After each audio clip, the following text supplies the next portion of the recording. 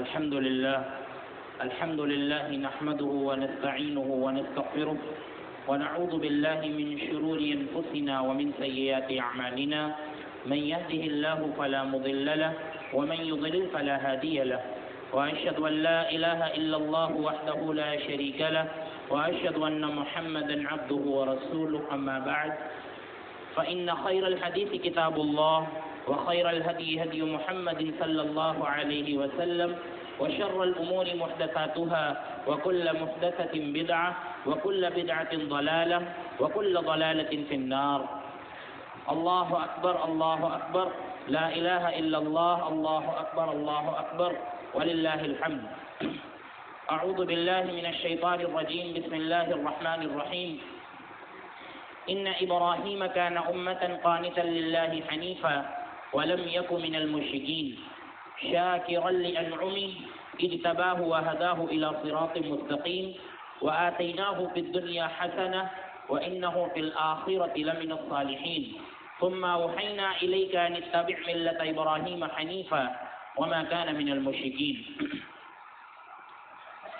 محترم حاضرین، یہ اللہ رب العالمین کا ہم پر بہت بڑا کرم ہے، اس کی نوازش اور اس کا فضل ہے کہ آج ہم اس دنیا کی ایک اور عید منا رہے ہیں.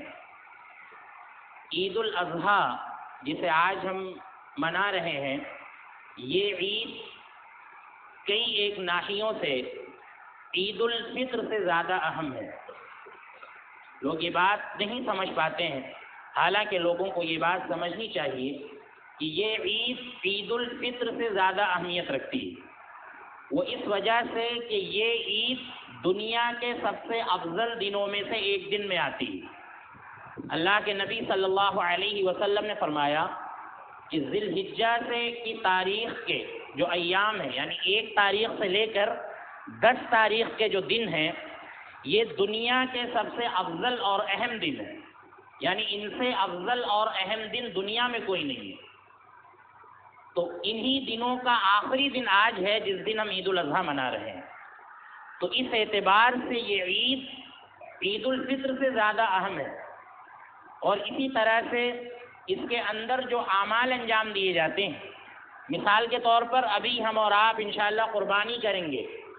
یہ عمل بہت ہی عظیم عمل ہے، بہت ہی عظیم عمل ہے جو ان دنوں میں جمع ہوتا ہے. اور ان دنوں میں اللہ رب العالمین کی بہت سی اہم عبادتیں جمع ہو جاتی ہیں. انسان اس میں صدقہ بھی کرتا ہے، نماز بھی پڑھتا ہے، اور اسی طرح سے روزہ بھی رکھتا ہے. اور حج جو عام دنوں میں نہیں ہوتا ہے وہ ان دنوں میں ہوتا ہے.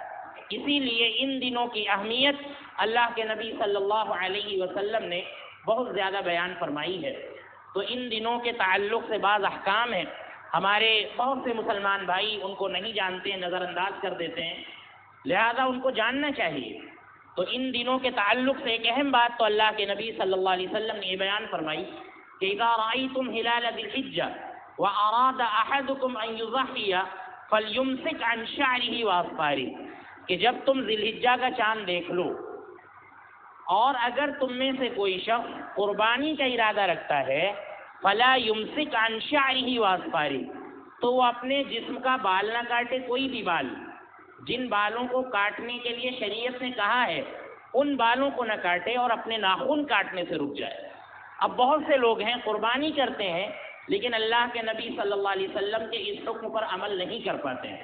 لہذا ان دنوں کا یہ خاص عمل ہے کہ ان دنوں میں اگر ہم قربانی کر رہے ہیں، قربانی کرنا چاہتے ہیں، تو پھر ہم بال اور ناخن نہ کاٹیں.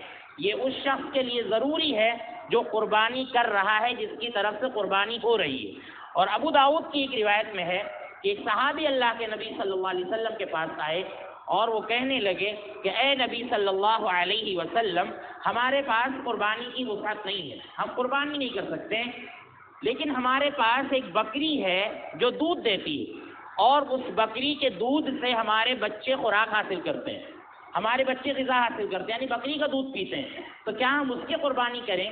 اللہ کے نبی صلی اللہ علیہ وسلم نے فرمایا کہ تم اس کی قربانی نہ کرو، ایسا کرو کہ تم بال اور ناخن نہ کاٹو، جب عید کی نماز پڑھ لینا تب تم اپنے بال اور ناخن کاٹنا. اس سے یہ پتہ چلا کہ عام لوگ بھی اگر بچتے ہیں تو ان کے لیے بھی یہ بہتر ہے۔ لیکن دیکھنے میں آتا ہے کہ عید کی نماز سے پہلے یا ایک دن پہلے لوگ جو ہے جاتے ہیں بال والے کے یہاں، حجام کے یہاں، اور بال اور ناخن اور یہ سب کٹوا کے آ جاتے ہیں۔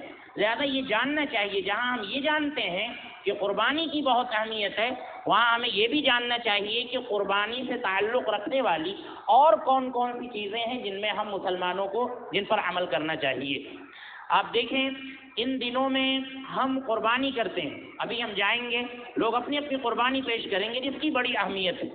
ابو ہریرہ رضی اللہ عنہ فرماتے ہیں کہ من وجد ساعة فلم يضحي فلا يقربن مصلانا، کہ جو شخص قربانی کی طاقت رکھتا ہے، قربانی کر سکتا ہے، اس کے باوجود وہ قربانی نہیں کر رہا ہے تو ایسا شخص ہماری عیدگاہ کے قریب نہ آئے۔ یعنی تہدید اور دھمکی دیتے ہوئے ابو ہریرہ رضی اللہ عنہ نے یہ بات بیان فرمائی ہے کہ جو شخص، یہ حدیث مرفوع بھی بیان کی جاتی ہے کہ اللہ کے نبی صلی اللہ علیہ وسلم کا قول ہے، لیکن یہ سندن صحیح نہیں ہے مرفوعاً، لیکن موقوفاً یہ بات صحیح ہے۔ ابو ہریرہ رضی اللہ عنہ نے معاویہ رضی اللہ عنہ کے زمانے میں یہ بات بیان فرمائی تھی کہ جس کے پاس طاقت ہے، وسعت ہے، وہ قربانی کر سکتا ہے، لیکن پھر بھی قربانی نہیں کرتا ہے تو ایسا شخص ہماری عیدگاہ کے قریب نہ آئے۔ قربانی یہ بہت بڑا عمل ہے۔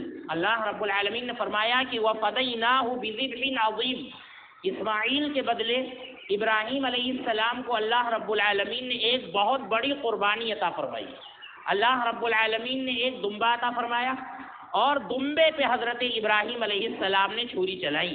آپ دیکھیں یہ قربانی ہمیں یاد دلاتی ہے، یہ در حقیقت ایک جانور کی قربانی نہیں بلکہ ایک پوری تاریخ اس سے وابستہ ہے۔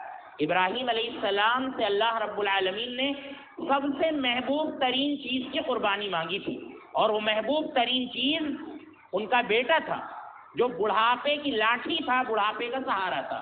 80 سال کی عمر میں وہ بیٹا ان کے گھر میں آیا تھا۔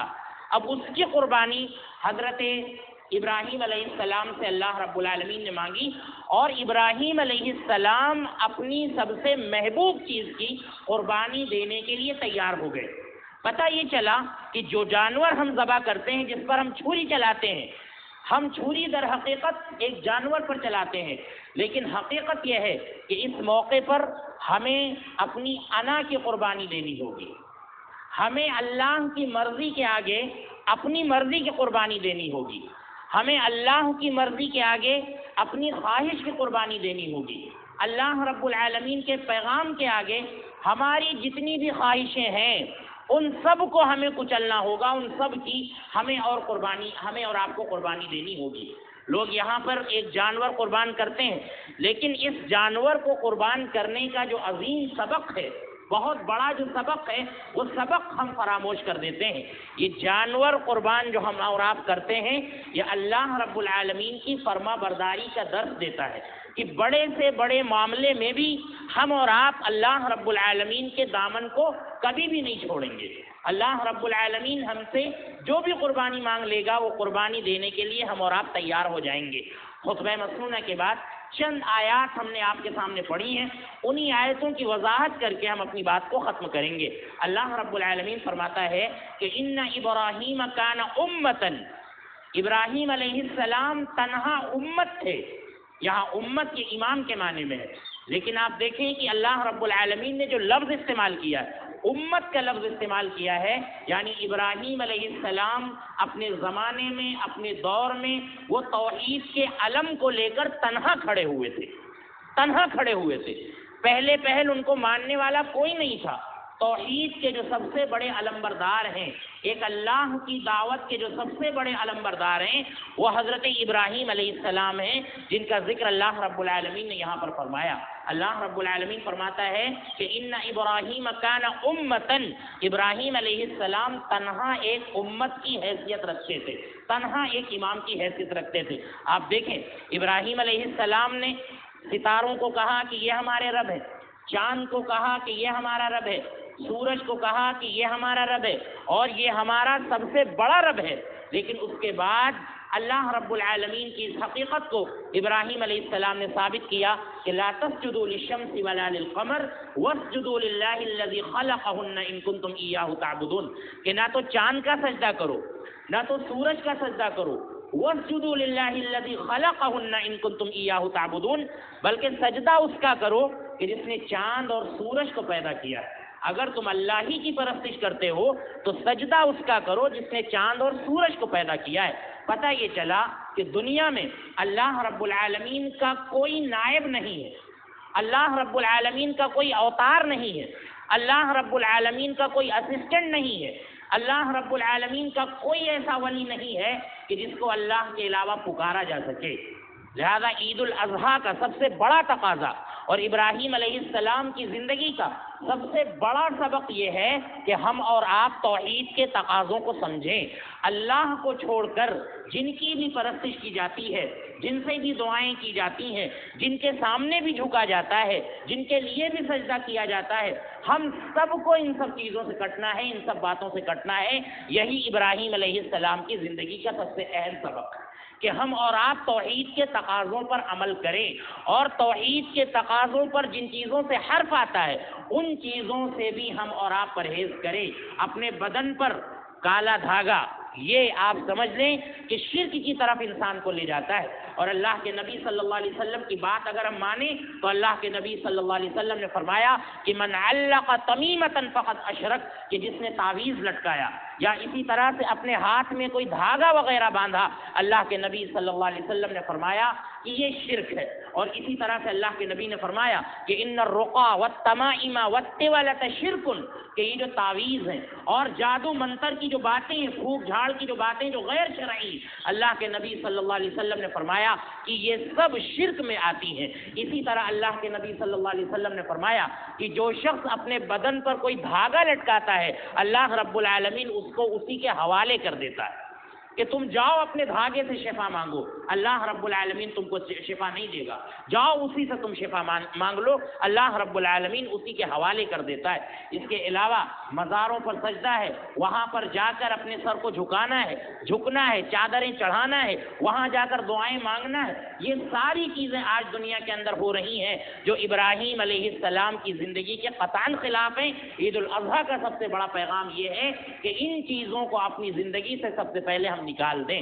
اللہ رب العالمین فرماتا ہے قانتاً للہ، ابراہیم علیہ السلام اپنے رب کے فرما بردار تھے، اور ایسی فرما برداری کی، ایسی اطاعت کی ابراہیم علیہ السلام نے کہ پھر کبھی بھی نافرمانی کا منہ نہیں دے گا۔ ابراہیم علیہ السلام ہمیشہ اللہ رب العالمین کی فرما برداری کرتے رہے، اور یکسو ہو کر، اللہ رب العالمین فرماتا ہے حنیفہ، یکسو ہو کر، تمام معبودان باطلہ سے کٹ کر، تمام ادیان باطلہ سے کٹ کر ایک اللہ کی پرستش کرنے والے تھے حضرت ابراہیم علیہ السلام۔ ہمیں اور آپ کو یاد ہونا چاہیے کہ انہی دنوں میں اللہ کے نبی صلی اللہ علیہ وسلم نے اپنا آخری خطبہ دیا تھا، اور اس میں فرمایا تھا وَأُمُورُ الْجَاهِلِيَّةِ تَحْتَ قَدَمَيَّ مَوْضُوعَةٌ، کہ زمانے جاہلیت کی جتنی بھی باتیں ہیں آج میں ان کو اپنے پیروں تلے روند رہا ہوں، یعنی اسلام کے اندر جہالت کی کوئی گنجائش نہیں ہے۔ آپ کسی بات کو شریعت کہہ رہے ہیں، لہذا قرآن سے دلیل دیجئے، آپ کسی بات کو شریعت کہہ رہے ہیں، حدیث سے دلیل دیجئے، آپ کسی بات کو شریعت کہہ رہے ہیں، صحابہ اکرام کا عمل بتلائیے، ورنہ آپ کسی بات کو شریعت نہ کہیے۔ ان دنوں کا سب سے اہم پیغام ہے یہ، عید الاضحیٰ کا سب سے اہم پیغام یہ ہے کہ ہم اور آپ اٹکل باتوں پر عمل کرنا چھوڑیں، اٹکل باتوں پر عمل کرنا چھوڑیں۔ اگر کوئی بات دین ہے تو وہ اللہ کے کلام میں لکھی ہونی چاہیے، اگر کوئی بات دین ہے تو نبی صلی اللہ علیہ وسلم کے فرمان میں ہونی چاہیے، اگر کوئی بات دین ہے تو وہ صحابہ کرام کے اقوال میں ہونی چاہیے۔ اگر یہاں پر نہیں ہے تو خدا را ہم ایسی باتوں کو دین نہ بنائیں۔ اللہ کے نبی صلی اللہ علیہ وسلم نے فرمایا من عمل عملا لیس علیہ امرنا فہو رد، کہ جس کسی نے کوئی ایسا عمل کیا کہ جس پر میرا حکم نہیں ہے، میں نے اسے کرنے کا حکم نہیں دیا، لوگ عبادت کے نام پر اس کو کر رہے ہیں، اللہ کے نبی نے فرمایا چاہے جتنا بڑا عمل ہو وہ فہوا ردن، تو وہ عمل مردود ہے، کرنے والے کے منہ پر مار دیا جائے گا۔ تو عید الاضحیٰ کا سب سے بڑا پیغام یہ ہے کہ بدعت کی باتوں کو اور اسی طرح سے زمانے جاہلیت کی باتوں کو، جہالت کی باتوں کو ہم اور آپ تیاگ دیں، چھوڑ دیں، تج دیں۔ یہ عید الاضحیٰ کا بہت بڑا پیغام ہے۔ اللہ رب العالمین فرماتا ہے وَلَمْ يَكُ مِنَ الْمُشْرِكِينَ، ابراہیم علیہ السلام مشرکوں میں سے نہیں تھے۔ بار بار اللہ رب العالمین نے یہ کہا ابراہیم علیہ السلام کے بارے میں کہ ابراہیم علیہ السلام مشرکوں میں سے نہیں تھے۔ لہذا میرے بھائیوں، ہمیں اور آپ کو کوئی ایسا عمل نہیں کرنا ہے کہ جس کی وجہ سے ہمارا اور آپ کا شمار مشرکوں میں ہونے لگے۔ اللہ رب العالمین آگے فرماتا ہے شاکرا لانعمی، ابراہیم علیہ السلام اللہ کی نعمتوں کے بہت بڑے شکر گزار تھے۔ آپ دیکھیں کہ کتنی زیادہ اسٹرگل لائف حضرت ابراہیم علیہ السلام نے گزاری، کتنی زیادہ مشکلات والی زندگی حضرت ابراہیم علیہ السلام نے گزاری، یہاں تک کہ توحید کی خاطر ان کو آگ میں ڈال دیا گیا، لیکن اس کے باوجود وہ اللہ رب العالمین کا شکر ادا کرتے تھے۔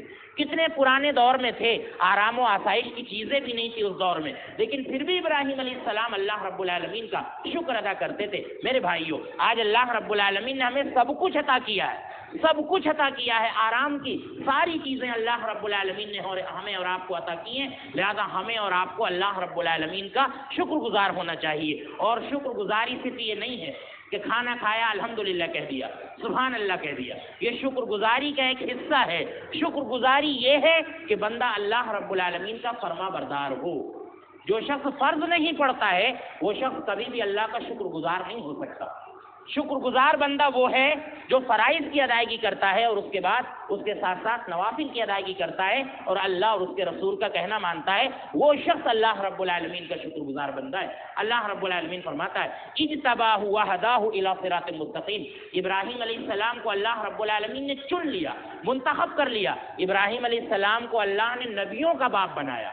ابراہیم کے بعد جتنے نبی اللہ نے بھیجے سب ابراہیم علیہ السلام کی نسل میں بھیجے۔ آپ دیکھیں ابراہیم کے دو بیٹے ہیں، اسماعیل اور اسحاق۔ اسحاق علیہ السلام کے بیٹے حضرت یعقوب اور یعقوب علیہ السلام کے 12 بیٹے ہیں۔ ان سب میں اللہ رب العالمین نے نبوت کو رکھا۔ اس طرح سے حضرت ابراہیم علیہ السلام کو اللہ رب العالمین نے چن لیا۔ اسی طرح سے آپ دیکھیں ابراہیم علیہ السلام کو اللہ رب العالمین نے ہجرت کے لیے چنا، یہ عراق میں پیدا ہوئے، اس کے بعد آپ دیکھیں مصر کا سفر کیا اور اسی طرح سے شام کا سفر کیا، اور بہت سی آزمائشوں کا سامنا انہوں نے اور ان کی بیوی سارہ نے کیا، اور پھر یہ اللہ رب العالمین کی آزمائشوں پر ثابت قدم رہے۔ عید الاضحیٰ کا بہت بڑا پیغام یہ ہے کہ چاہے جتنی بڑی آزمائش ہمارے اور آپ کے سامنے آ جائے، ہمیں اپنا گھر بار چھوڑنا پڑ جائے، لیکن اللہ کے دین کی ہم اور آپ حفاظت کریں گے۔ جیسے ابراہیم علیہ السلام نے اللہ رب العالمین کے دین کی حفاظت کی تھی، اسی طرح سے ہمیں اور آپ کو بھی اپنے دین کا تحفظ کرنا ہے، اپنے دین کی حفاظت کرنی ہے۔ لوگ چھوٹی چھوٹی بات میں بھاگنے لگتے ہیں اور نروس ہو جاتے ہیں اور دین کا دامن چھوڑنے لگتے ہیں، لیکن ایسا نہیں کرنا ہے۔ گھر بار چھوڑنا پڑ جائے لیکن ہمیں اللہ رب العالمین کے دامن کو نہیں چھوڑنا ہے، اللہ رب العالمین کے دین کو ہمیں اور آپ کو نہیں چھوڑنا ہے۔ یہ ابراہیم علیہ السلام کی زندگی کا اہم پیغام ہے۔ آپ دیکھیں ابراہیم علیہ السلام کو اللہ رب العالمین نے حکم دیا تھا کہ مکہ کی وادی میں تم اپنی بیوی ہاجرہ اور چھوٹے سے بچے اسماعیل کو چھوڑو۔ اللہ رب العالمین فرماتا ہے کہ ابراہیم نے کہا کہ رب انی اسکنت من ذریتی بواد غیر ذی زرع عند بیتک المحرم، کہ اے اللہ میں اپنی بیوی کو اور اپنے معصوم سے بچے کو تیرے حرام کردہ گھر کے پاس چھوڑ کر جا رہا ہوں۔ کیسے گھر کے پاس؟ بواد غیر ذی زرع، ایسے گھر کے پاس چھوڑ کر جا رہا ہوں، ایسی وادی کے پاس چھوڑ کر جا رہا ہوں جہاں پہ سبزہ نہیں ہے، جہاں پہ کھانے پینے کی چیزیں نہیں ہیں۔ ابراہیم علیہ السلام اپنی بیوی کو چھوڑ کر جا رہے ہیں، مڑ کر نہیں دیکھ رہے ہیں، بار بار ہاجرہ پکار رہی ہیں کہ اے ابراہیم آخر تم کیوں جا رہے ہو، اے ابراہیم آخر تم کیوں جا رہے ہو۔ ابراہیم علیہ السلام مڑ کر نہیں دیکھ رہے ہیں۔ اس کے بعد ہاجرہ کہتی ہیں کہ اے ابراہیم کیا یہ اللہ کا حکم تو نہیں ہے؟ کیا اللہ نے تو نہیں کہا ہے کہ ہمیں یہاں پر چھوڑ کر جاؤ؟ ابراہیم علیہ السلام نے کہا کہ ہاں یہ اللہ کا حکم ہے کہ میں تم کو یہاں پر چھوڑ کر جاؤں۔ ہاجرہ نے تب کہا اذن لا یضیعنا، تب اللہ تعالی ہمیں ضائع نہیں کرے گا، اللہ ہماری مدد کرے گا۔ ہماری مائیں اور بہنیں یہاں پر بیٹھی ہیں، ذرا ذرا سی بات پر توکل کے دامن کو چھوڑ دیتی ہیں، لہذا آپ مکمل بھروسہ اللہ رب العالمین پر کریں۔ حضرت ہاجرہ نے خاتون ہو کر، ایک عورت ہو کر مکمل بھروسہ اللہ رب العالمین پر کیا تھا۔ عید الاضحیٰ کا ایک بہت بڑا پیغام یہ ہے کہ ہم اللہ رب العالمین پر مکمل بھروسہ کریں، اللہ رب العالمین پر مکمل بھروسہ کریں۔ وہی اللہ تمام کاموں کو بنانے والا ہے، وہی اللہ رب العالمین ہماری اور آپ کی بگڑی کو بنانے والا ہے۔ اللہ رب العالمین فرماتا ہے اجتباہ وہداہ الی صراط مستقیم وآتیناہ فی الدنیا حسنہ۔ اللہ رب العالمین نے ابراہیم علیہ السلام کو دنیا کے اندر بہتری عطا فرمائی، ان کو نبی بنایا، ان کو توحید کا علمبردار بنایا، اور اللہ رب العالمین نے پھر فرمایا کہ ابراہیم علیہ السلام نیک لوگوں میں سے تھے، اور پھر کہا ثم اوحینا الیک ان اتبع ملت ابراہیم حنیفا۔ اے نبی صلی اللہ علیہ وسلم، ہم نے آپ کو حکم دیا، آپ کی طرف وحی کی، ان اتبع ملت ابراہیم حنیفہ، کہ آپ کو ملت ابراہیم کی پیروی کرنی ہے، یکسو ہو کر ابراہیم علیہ السلام کی شریعت پر چلنا ہے۔ وہ مشرکوں میں سے نہیں تھے، یہ ابراہیم علیہ السلام کی زندگی کے اہم اہم پیغامات تھے۔ لہذا میرے بھائیوں، یہ عید الاضحیٰ کا موقع ہے، ابھی ہم جا کر قربانی کریں گے، لہذا قربانی کے جو اسباق ہیں ان کو ہمیں اور آپ کو یاد رکھنا چاہیے، اور قربانی ہم بہت ہی سلیقے کے ساتھ، جیسا کہ ہماری شریعت نے بتایا ہے، ملکی آئین کا خیال کرتے ہوئے، کوئی بھی ایسا کام ہمارے اور آپ کی جانب سے سرزد نہیں ہونا چاہیے کہ جس سے ملکی آئین میں، ملک کے قانون میں خلل پڑتا ہو۔ بہت ہی آرام کے ساتھ، بہت ہی اطمینان کے ساتھ ہمیں اور آپ کو قربانی کرنی چاہیے، جیسا کہ عید الاضحیٰ کا ایک بہت بڑا پیغام ہے۔ خانہ کعبہ کے تناظر میں اللہ نے بار بار یہ کہا کہ خانہ کعبہ امن کی جگہ ہے، جو مرکز توحید ہے وہ امن کی جگہ ہے، وہاں سے امن پھیلتا ہے، امن عام ہوتا ہے۔ لہذا یہ مسلمان قوم امن کی پیامبر قوم ہے، ہم امن کے پیغام کو لے کر اٹھتے ہیں، اور بہت ہی چین سکون کے ساتھ ہم اپنے تہوار کو صبح ہم 6، ساڑھے 6 بجے، 7، ساڑھے 7، 8 بجے 2 رکعت نماز پڑھ کر بہت ہی چین کے ساتھ، بہت ہی سکون کے ساتھ ہم اپنے تہوار کو منا لیتے ہیں۔ لہذا اس امن کے پیغام کو بھی ہمیں اور آپ کو عام کرنے کی ضرورت ہے۔ اللہ رب العالمین ہمیں ان باتوں کو سمجھنے کی توفیق دے۔ بارک اللہ لنا ولکم فی القرآن العظیم ونفعنی وإیاکم بالآیات والذکر الحکیم۔ بسم الله الرحمن الرحيم ربنا آتنا في الدنيا حسنة وفي الآخرة حسنة وقنا عذاب النار ربنا ظلمنا أنفسنا وإن لم تغفر لنا وترحمنا لنكونن من الخاسرين رب اغفر لي ولوالدي ولمن دخل بيتي مؤمنا وللمؤمنين والمؤمنات ولا تزد الظالمين إلا تبارا ربنا لا تزغ قلوبنا بعد إذ هديتنا وهب لنا من لدنك رحمة إنك أنت الوهاب اللهم إنا نسألك علما نافعا وعملا متقبلا ورزقا حلالا طيبا اللهم إني نعوذ بك من علم لا ينفع ومن نفس لا تشبع ومن قلب لا يخشع ومن دعوة لا يستجاب لها رب قني عذابك يوم تبعث عبادك رب قني عذابك يوم تبعث عبادك رب قني عذابك يوم تبعث عبادك اے اللہ ہمارے گناہوں کو معاف فرما، اے اللہ ہماری خطاؤں کو معاف فرما، اے اللہ ہماری لغزشوں کو معاف فرما، اے اللہ ہمارے اندر استقامت عطا فرما، اے اللہ تمام مسلمانوں کے ہاں اللہ استقامت عطا فرما، اے اللہ ہم سب کو دین کا داعی بنا، دین کا خادم بنا، اے اللہ جن بھائیوں نے دعا کی گزارش کی ہے ان کی تمام جائز تمناؤں کو قبول فرما، اگر وہ بیمار ہیں تو انہیں شفائے کاملہ عاجلہ عطا فرما، اے اللہ مبین بھائی کے گھر والوں کی طرف سے خصوصی گزارش آئی ہے، اے اللہ ان کی بیماری کو اے اللہ ان کی بیماری میں انہیں شفائے کاملہ عاجلہ عطا فرما، اے اللہ ان کی اس بیماری کو ان کے گناہوں کا کفارہ بنا، اے اللہ ہم سب کو سنتوں پر چلنے کی توفیق عطا فرما، اے اللہ بدعات سے اجتناب کرنے کی توفیق عطا فرما، اے اللہ ہم سب کو قرآن و سنت پر صحابہ کرام کے منہج پر چلنے کی توفیق عطا فرما، اے اللہ تا دم حیات ہم سب کو دین پر قائم و دائم رکھ اور دین کا داعی اور خادم بنا، وصلی اللہ تعالی علی خیر خلقہ محمد وعلی آلہ وصحبہ اجمعین ربنا تقبل منا انك انت السميع العليم وتب علينا انك انت التواب الرحيم برحمتك يا ارحم الراحمين